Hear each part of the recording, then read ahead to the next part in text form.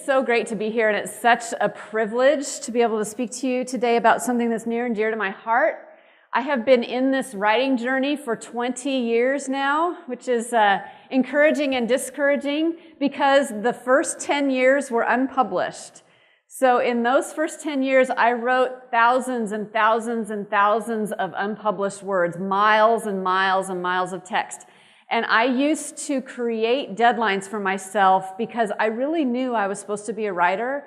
And so while I was in the decade of the 90s, I was writing and I was setting little deadlines. Like I would say, okay, Mary, you have to write an article about hamsters on vacation, and you have to write whatever the topic. That wasn't a topic, but you would have to have that done Tuesday at 3, and then I would make sure that I met that pretend deadline Monday at 4. So it was just my way of training myself to become the kind of writer that editors and agents would love someday. So I did what Malcolm Gladwell talks about in Outliers, the 10,000 hour rule, that the secret of being awesome at something, the secret of being a genius is to spend 10,000 hours at something. And so some of you are on hour 5, and some of you are on hour 10,123. But that is a nice picture. It's very helpful to understand that if you want to be awesome at writing, you have to write. And I'm sure that you've heard that message about 12 times already in the past couple days. But I wrote, and I wrote, and I wrote, and I wrote. And it took a very long time before I actually signed my name on a publishing contract. In fact, I have been professionally published in books since 2005, and in that time I've written over 20 books. So when it started happening, people only like to hear that part of the story. They want to hear, so tell me about when you met your agent, and tell me about signing that contract. They don't want to hear about the 10, 15 years of laboring in obscurity and writing those unpublished words, but that's part of my journey. So I kind of say that I'm the girl that did everything hard and walked through all the difficult steps where I actually did what you're doing. I went to conferences, I met agents, and I did all the things that you're supposed to do, and it's been an amazing journey, very long, but also quite rewarding. So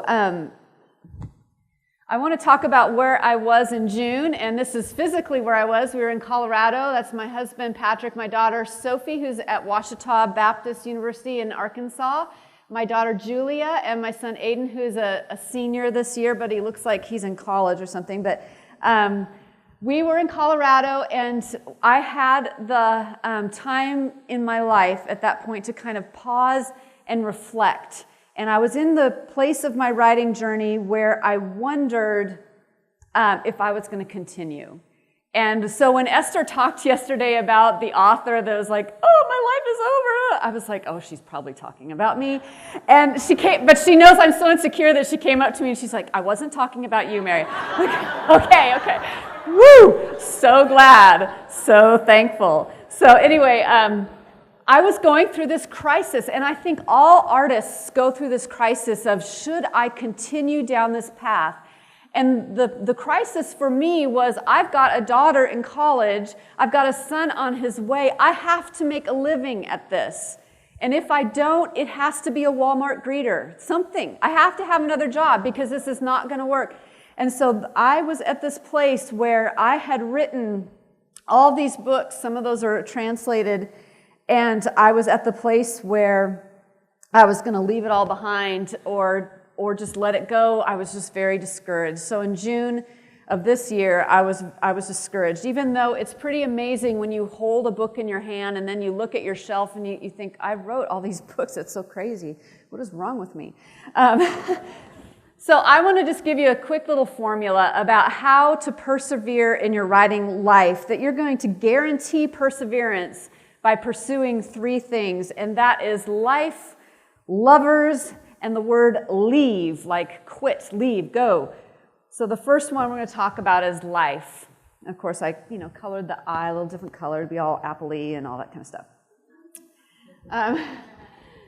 So when you want to persevere in your writing career, you need to look back over your life and mine it. You need to find out who you are and why you are here on this earth and what your purpose is in terms of writing. So when I was a little girl, I didn't know at this point in my life that I was going to be a writer, but there were some hints along the way. When I was in the 2nd grade, I had a teacher contact my mom and say, "Your daughter is extremely creative." It was the first thing that I had ever heard in my life that I actually had something of value to offer the world. And it stuck in me, and she mentioned a story that I had written and that I had creativity somehow. It just stayed in there. And as I walked through my life and various things, divorces of parents, death of a parent, all sorts of crazy things happening in my life, I would write it down. And one thing I did was I would journal when my mom was making me crazy. How many of you have moms that have made you crazy? Oh, if she's sitting next to you, don't raise your hand. But she was one of those people that was a pathological liar. So she would say one thing, and then a few days later I'd say, "But remember when you said that one thing?" And she would say, "I have no idea what you're talking about. I never said that." And so to maintain my sanity, I would write the things down so that I would know that I wasn't going crazy. So writing became my way of not becoming crazy. Some of you are nodding your heads, so you've done this before. Maybe you're still doing it. So we must mine our life and realize and find out, what is it? Why are we here on this earth? And trace the hand of God through that calling to writing. Because when you walk down the publishing journey, you will be lambasted. You will suffer rejection. And you have to settle your worth before you go forward in this journey. You have to. And you have to know that you are called to write. And that was the niggling thing that happened to me in June when I was going through my Debbie Downer despair time, was I don't think God's released me from this call. I think He's gifted me to write. I think He's gifted me to speak and to communicate. He hasn't revoked it. There's an issue here. And so finally, my husband and I, we had our long conversation, and we both mutually decided, okay, September's the month. If things don't turn around by September, I'll realize it's time to put my writing on the side, still do it, but I will go get a 9-to-5 job because something has to change. So that's where we were. I remember one time when I had just published like my 2nd or 3rd book, and I was at ICRS, International Christian Retail Show, and I was so excited because the publisher came up to me, and I was kind of all nervous, and he shakes my hand, and I won't say which book this was, and he said, "Hi, Mary, it's great to see you." And the next thing out of his mouth was, "We're really disappointed in the sales of your book." And I was like, "You're such a great guy. I love you." And something inside of me just crumpled, and those old, terrible voices were in my head very loud with a megaphone saying, "You're no good, you're no good, you're no good, baby, you're no good." I won't sing it for you. And then it says, "I'm going to say it again, you're no good." And I realized at that point that this writing journey and any sort of artistic endeavor was going to crush me or make me better. And I was going to continue to persevere, or I was going to shrink behind it. So we have to mine our lives, but we also have to live our lives first, because great writing flows from a great life. Awesome writing flows from a changed heart. We have to muck ourselves up in this world and get our hands dirty, keep our hearts clean. So clean hands, or a clean heart, dirty hands. Sorry if I said that wrong. Let's try that again. The hands are dirty, the heart's clean. And live our lives in such a way that there's something to write about. I don't know about you, I am sick and tired of reading Christian books that are full of Christian cliche where the person never lived their life. They just borrowed things from other people, and it's one cliche after another. I'm sick of it. Don't do that. Live your life. Gain your truth by yourself, hard won, because I'm going to listen to you if you say, "I was in the trenches with Jesus, and now I'm going to tell you what I learned." Because that's wisdom. That's not knowledge. That's wisdom. We need to be wise people who mine our lives, but we live our lives first, and we dare to risk so that we have something amazing to talk about. Great writing flows from that risk-taking heart. So this is us. You can see my son is no longer 6'4". So this is us when we're suffering for Jesus on the Riviera. and in southern France. And this is the Promenade des Anglais, and yes, I speak a little bit of French, and we were planting a church. And when we got there, this was in 2004, so I had signed my very first writing contract, my very first book contract, and it was a struggle to get me onto the field, because in my mind, I thought to myself, this is the end of my career. I finally, 14 years of working hard, finally signed the agent, finally signed the contract, and now I'm leaving the country? I thought I had left everything behind, and I was leaving my dream behind. And I would love to say I was like Susie Christian, and I was like, yes, I don't care. But it was a struggle. It was a huge struggle to leave that behind and to really think, am I going to be okay? Do I love him enough to leave a dream behind? And as we were there, some amazing things happened, but our lives also really fell apart. And my best writing to date has come from the soil of a broken heart on the soil of France. I never would be the writer or the person or the speaker I am today had I not taken the risk to go to a foreign country and be obliterated for Jesus. It's super fun. Go ahead and do it. So that's, you have to live your life. You have to live a life worthy of writing about. And then after that, there's more risk. You have to dare to risk again by truly and authentically talking about your experience on the page. Authentically, vulnerably. And I believe that the greater our outward-focused authenticity, the greater the impact we'll have on the world. And what I mean by outward-focused authenticity, it's not that journal writing where you're bleh on the page.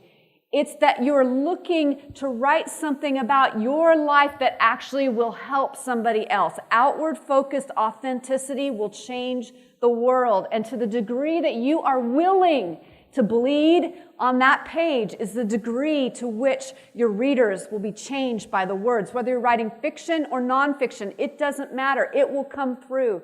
You must go there. You must go to the hard places and be willing to write about them in such a way that you want to see other people set free, not introspectively for your own sake, but for the sake of the audience in front of you. So last night, I got back to my room and I got this extremely long comment on one of my blogs, which is not unusual. And this woman told her story so stark. And she tells the story of a father who adopts her and then sexually abuses her and says to her, "You're mine, I bought you." And then he would go to every school and every family that she ever was in and say, "Don't ever listen to anything she says. She's a pathological liar." So this was her story. And at the end of her comment, she wrote this: "I read Thin Places," and Thin Places is the memoir I wrote, "and felt as though you were speaking with my voice, that you might be the one person on this earth who might understand." And that's why we write. We write to give a voice to other people so that they no longer feel like they're alone. That's the kind of writing that will change the world.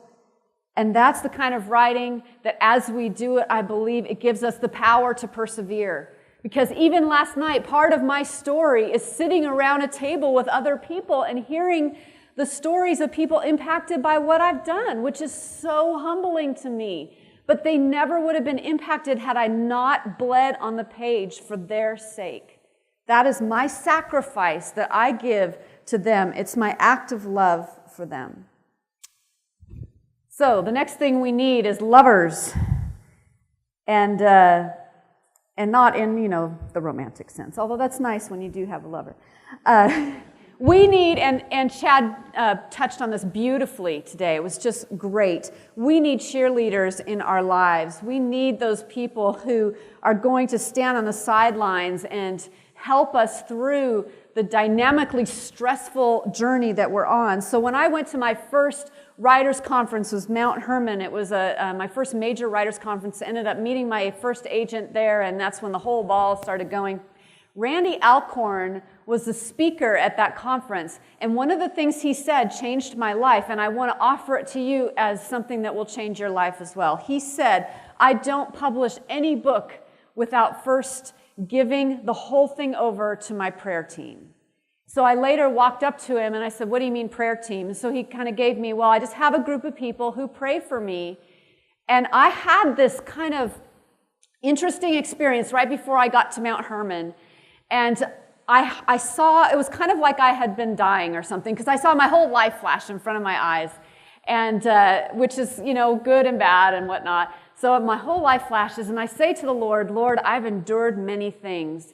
He said, yes, Mary, you have endured many things, but will you withstand the trial of notoriety? And I never would have thought that that would be a trial. I was like, bring it on. I'll have the fame trial. Awesome. The money trial. But that's a huge trial. Notoriety is a trial. And I was unpublished, unagented. I had nothing at that point in my writing career. And that's what God said to me. And then I met Randy Alcorn, and he tells me I need a prayer team. So I formed one right then. I was unpublished and formed my prayer team in 2004. There's over 100 people on there now, and they pray me through every single book. Because here's the thing. Every time I write a book, God heals me of something, which is awesome, but there's also spiritual attack that happens. So you can imagine when I wrote everything fell apart. It was super fun, so I don't advise writing about everything, because then everything falls apart. Or the spiritual warfare book was super hard. This year was The Wall Around Your Heart, and what was so compelling and interesting about that was I actually felt as I was writing it, things are good with me, good. I've walked through all these relational heartaches, and now I'm okay. My relationships are awesome. And then last summer, one of my very best friends just kind of turned on me. And it was just one of those things. These things happen. This is the life we lead. And that's why we need other people. We need a team of people praying for us. So we need that prayer team. Remember that we also need to, as lovers, we need to love our reader. We need to write for them the thing that they want, not necessarily the thing we think they need. That's the difference between coming alongside someone and giving them what they actually want versus us pointing and saying, you really need this because I'm the expert and you need to change your life. We need to love our readers well. We are word servants. That is our job on this earth, is to serve other people with our words. And the last thing on which my little thing isn't working. Can you go advance to the next slide, somebody? That's okay. I'm sure someone will help me. There we go. Okay. You might recognize Thomas Umstad. He's going to be speaking to you later today, but there's actually 12 of us on a mastermind. I guess we could call it a committee. I'm not sure what we call it. A mastermind group. And we get together about every 2 weeks via Google+, and those people have changed my life. So in January, we had a retreat, and we all had an opportunity to talk about our careers, where we were, what we wanted to do. We're all writers of some sort, and I ended up writing goals for the year, and I even made a pie chart, because that's what Marys do. They make pie charts. And like how much income was going to come from speaking, and how much was going to come from this, but it all came from this very helpful meeting of masterminds. And so this is something very simple besides a prayer team that you could do, is to create like a community of like-minded people around the country. All of us are spread out all over the place. That's kind of in your same realm in terms of maybe you're not published, so you have 5 unpublished people that are part of your mastermind group. Meet frequently, every other month, twice a month, however you want to create that, and it will change your life. For me, it definitely has changed my life. So consider bringing community in, and Chad, was so good to talk about that. And the last one is to leave. And that's not a very positive word, I know, but this component of being a persevering writer has probably been the hardest to unlearn, but the most rewarding once I have learned it. So we first need to leave behind the romantic view of publishing. That, once you get your book published, everything's going to be great. And I think a lot of us think that publishing will validate our lives. And we have all these if-only statements that culminate into some sort of nirvana that is in the future. So if only I could have an appointment with an editor, if only I could be published on an online magazine, if only I could have, my first book published, if only that book would sell, if only my Amazon numbers would be better, if only I could get a second book contract, if only I could be a bestseller, if only, and you're never satisfied. Publishing does not validate you as a human being. It does not validate your life. It's cool to hold your book in your hand, totally. But it's important that we understand that it's a lot of hard work and that you're still the same person at the end of the day, and that your goal is to look yourself in the mirror at the end of the day and be happy with your integrity. You also need to leave behind the romantic idea that writers have a little writer turret, and we henceforth write our beautiful words and we never have to market. One thing that might help you in this is you need to view marketing as part of your art. It is not that thing that you do that it's like, that you have to brush your teeth every day, which is an important thing to do, but it can be an art. I view it as an extension of the artist that God has created me to be. And when I look at it that way, it becomes fun to me. But I never knew when I started the writing journey, I never knew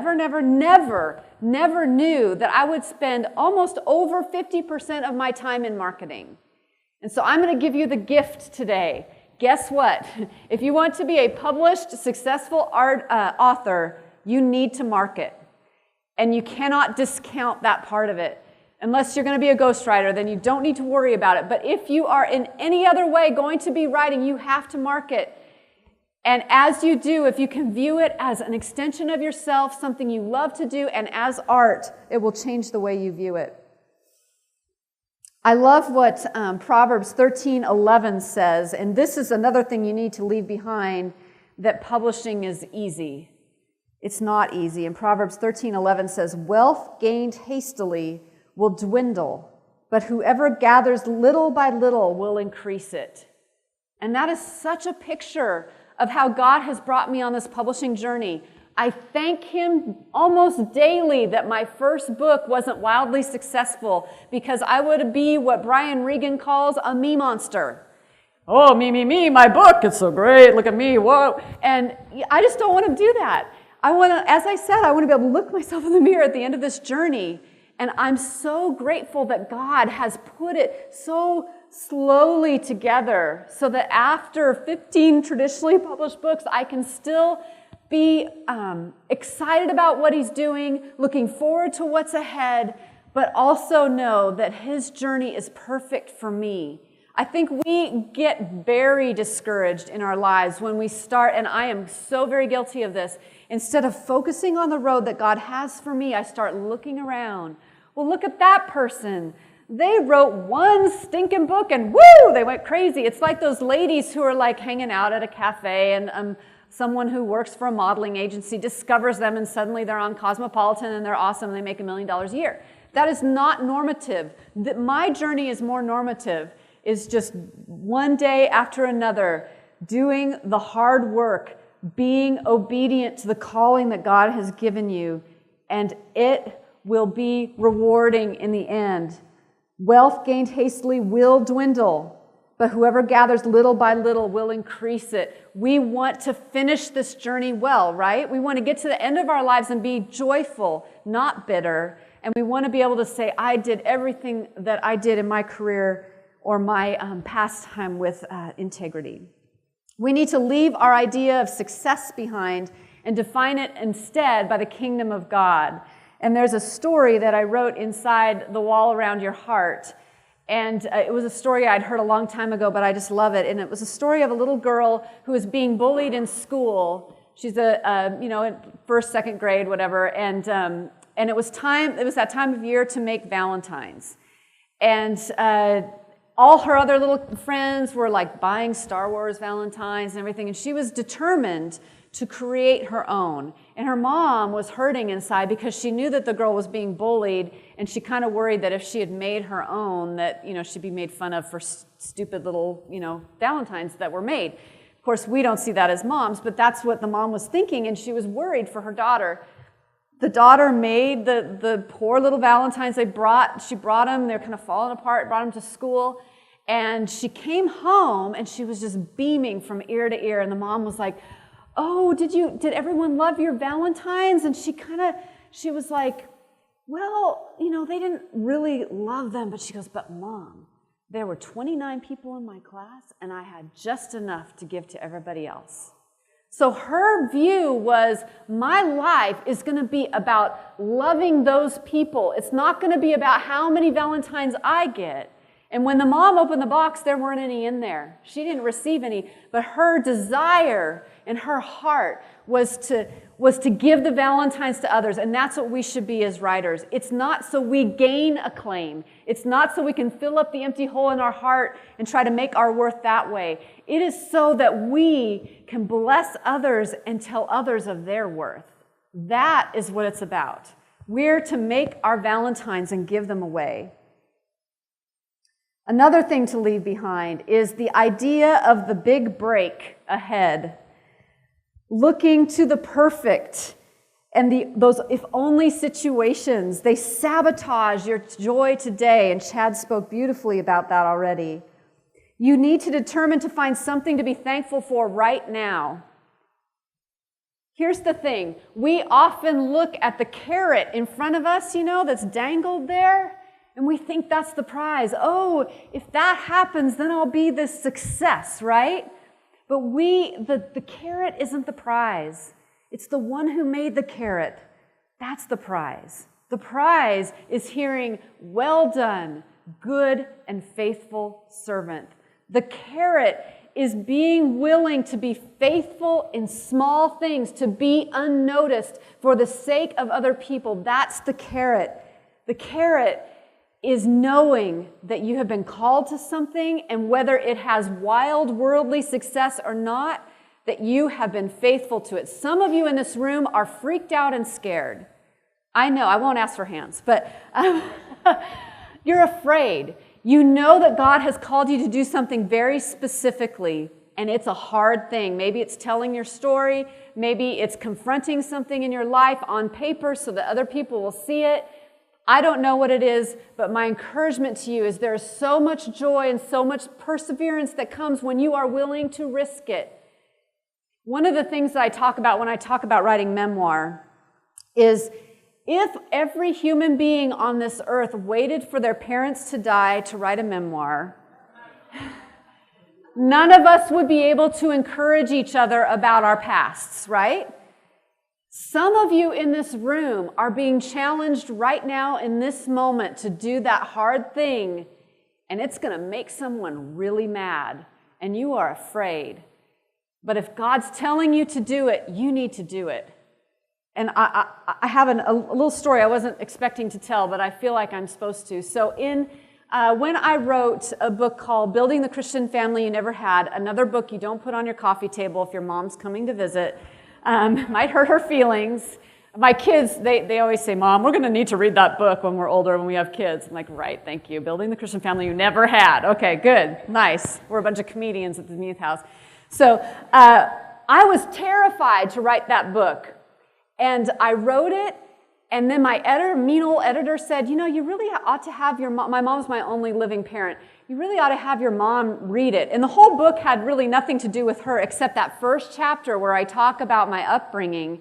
And I was very tender about it and very cautious, and had lots of people help me, see when I was being vindictive or not and take those portions out.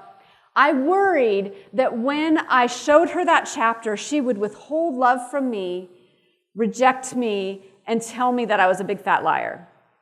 And so I went ahead, and I was in France, so my whole world was falling apart at this point.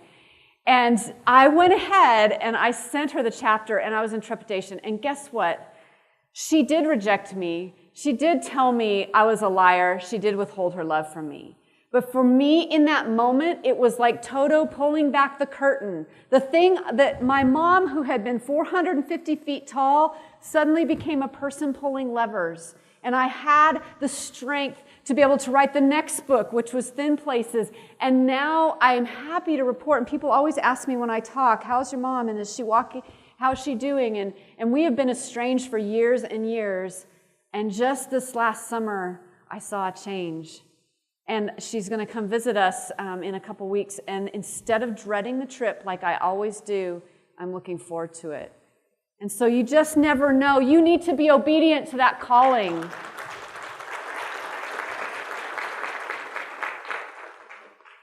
We also need to leave our expectations at the door. Don't make your expectations an idol. You need to be flexible in this writing business for your perseverance. You need to be interruptible by Jesus. So I told you I made a pie chart with my mastermind friends, but I ended up changing that. So you see my financial goals there, and then I put a scripture over the top of that. We can make our plans, but the Lord determines our steps. So my really awesome pie chart ended up not being anything like it should have been. Like, I made so much more speaking than I ever thought was going to happen, and I made so much less in publishing than I thought that was going to happen. But you know what? That's cool. That's part of the adventure, right? We're in an adventure. Instead of viewing it as setbacks and stress and worry and frustration, think about that the next step, the next day, the next thing is an adventure of the sovereign God unfolding the plan before you. So, I will finish with this. In June, I was ready to throw it all away. Even though I knew God had not revoked that call on my life, there was a problem. I needed finances to send my kids to college, and I had this issue of knowing I was still called to write. So it just so happened that in August, so the Lord, He likes to wait until the last minute, I would have been really happy if this had all resolved in June, but no. So August, I get this email from someone at my church. I go to a big church near Dallas, and it just so happened, he said to me, we really want to focus on storytelling at this church, and we want to hire you to do storytelling about missions. I was like, that sounds like a job for me. And so they hired me on the side that will be bringing in that consistent kind of income that helps us as artists. Sometimes artists, we need that consistent income so we're not worried all the time. So I got that. And then it just so happened that this man that's a published author approached me about writing a book. And I didn't really even know him. And so we kind of talked and created a proposal. And now my BFF Chad is going to be publishing that book. So that was awesome. And that brought in some money. So that was good. And then it just so happened that I pitched a book that I had written to my other publisher called Not Marked. And it's a book about how to heal from sexual abuse, but it's also written by my husband as a spouse of a survivor. And that has been such a pain because I've walked through my own healing, but I think there's a lot of spouses out there who are just lost. How do I help my wife? How do I help my husband deal with this terrible pain? How can we walk alongside each other in this journey?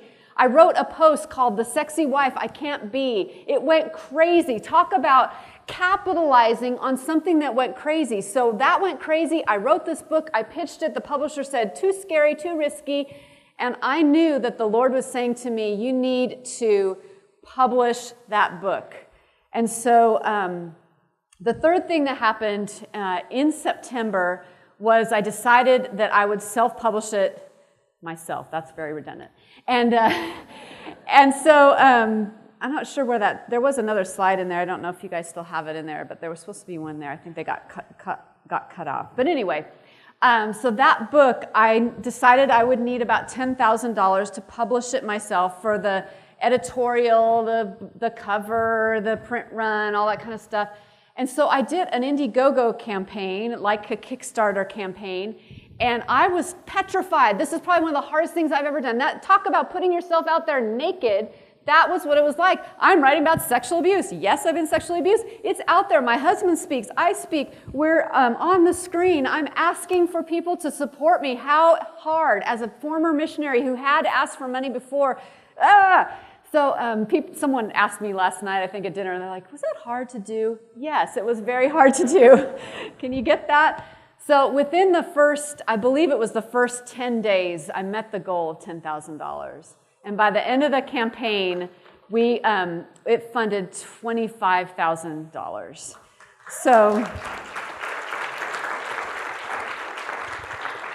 So my encouragement to you is, wow, God can do some pretty amazing things. And sometimes we have to get to the very end of ourselves to see Him show up. I don't recommend giving God some ultimatum, but it was pretty amazing to see that by September, I knew that I was supposed to stay in this writing gig. And that's my hope and my prayer for you. Let's pray. Jesus, thank you so much for this very brief opportunity to learn about persevering. Help us not to make an idol of our expectations. Help us to lay things down. Help us to let you order things. And please just give us the power and the joy that we need to complete this journey with that kind of effervescent joy that's been eluding us. Would you grant it to us today? In Jesus' name, amen.